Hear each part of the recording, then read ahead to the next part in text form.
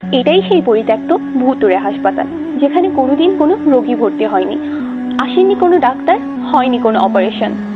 মানুষের জীবন বাঁচানোর স্বপ্ন নিয়ে নির্মাণ শুরু হলেও চিকিৎসার বদলে আজ এখানে গড়ে উঠেছে মাদক সেবীদের আড্ডাখানা।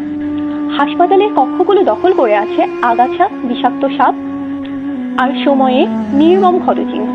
এখানেই রয়েছে সেই অসমাপ্ত মসজিদ, যেখানে একসময় ভেসে আসতো আজানের সুমধুর ধ্বনি, আদায় হতো 5 ওয়াক্ত নামাজ। কিন্তু আজ সেই পবিত্র স্থান অবহেলা আর সময়ের কাছে পরাজিত হয়ে নিবিড় হয়ে দাঁড়িয়ে আছে। কিন্তু প্রশ্ন একটাই, কেন? কেন কোটি কোটি টাকার এই মেগা প্রকল্প কখনো পূর্ণতা পেল না? কেন অবহেলায় পড়ে রইল এই বিশাল সম্পদ?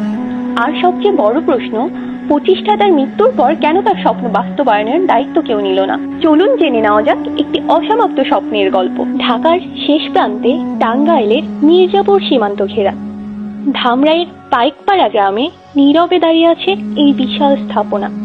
স্থানীয়দের কাছে এটি বেশি পরিচিত খোকন সাহেবের পরিত্যক্ত হাসপাতাল। এই প্রকল্পের স্বপ্নদ্রষ্টা ছিলেন খান মোহাম্মদ ইকবাল।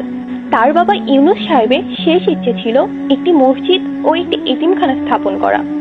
কিন্তু বাবাকে ক্যান্সারে হারানোর পরে ইকবাল সাহেব শুধু সেই ইচ্ছে পূরণ করতে চায়নি, তিনি স্বপ্ন দেখেছিল একটি আধুনিক মেডিকেল কলেজ হাসপাতাল গড়ে তোলার, যেখানে সাধারণ মানুষ উন্নত চিকিৎসা সেবা পাবে। জমি অধিগ্রহণের পর শুরু হয় নির্মাণ কাজ। এমনকি প্রকল্পের প্রয়োজন মেটাতে পাশে স্থাপন হয় একটি ইটভাটা। এলাকার বহু মানুষ কাজের সুযোগ পায়। ধীরে ধীরে বাস্তবে রূপ নিতে শুরু করে একটি মহৎ স্বপ্ন। হাসপাতালের পাশাপাশি নির্মাণ করা হয়েছিল একটি সুন্দর মসজিদ। একসময় সেখানে নিয়মিত নামাজ আদায় হতো এবং মুখর থাকতো ধর্মীয় কার্যক্রমে।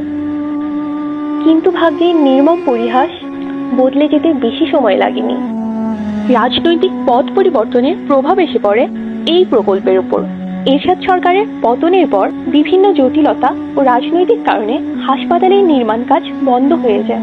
থেমে যায় মানুষের সেবার জন্য গড়ে ওঠা বিশাল স্বপ্নের যাত্রা। প্রকল্প বন্ধের পরে ধীরে ধীরে এর প্রভাব এসে পড়ে মসজিদের উপর। একসময় ইমামের বেতন দেওয়াও সম্ভব হয়নি। গ্রামবাসী নিজেদের উদ্যোগে বহুবার চেষ্টা করেছিল মসজিদের কার্যক্রম সচল রাখার, কিন্তু পর্যাপ্ত অর্থ আর পৃষ্ঠপোষকতার অভাবেই তা দীর্ঘস্থায়ী হয়নি। ফলে যে মসজিদ একসময় মুসলিমদের পদচারণায় মুখর ছিল, আজ সেটিও নীরব। যেখানে একসময় আজানের ধ্বনি প্রতিধ্বনিত হতো, সেখানে এখন শুধুই স্মৃতি আর নিঃসঙ্গতা। পরবর্তী সময়ে বহু চেষ্টা করেও এই প্রকল্পটি চালু করা সম্ভব হয়। এক পর্যায়ে ইকবাল সাহেব